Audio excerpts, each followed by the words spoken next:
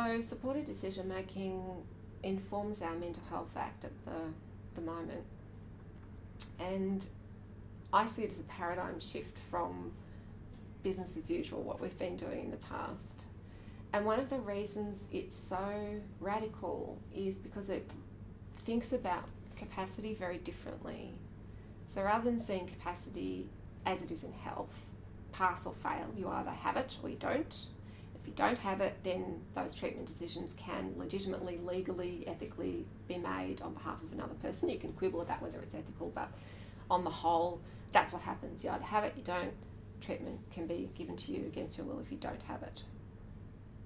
Whereas with the way that disability thinks about it, and this is where supported decision making comes from the disability paradigm, capacity can be developed, so it's relational. So the relationship that a practitioner has with a person, for example, can be the means by which capacity can be developed. So having said that, can also be suppressed. So a relationship can also suppress a person's ability to make decisions.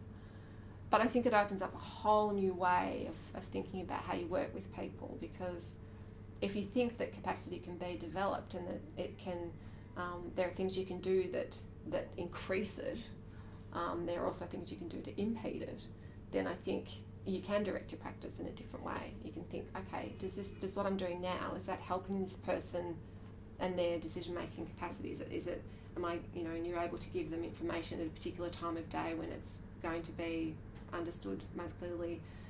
There's lots of practices you can do that are going to maximise the chances that this person will be able to eventually make their own decisions, and that's the sort of practice. It's very different from this idea that you haven't got any capacity.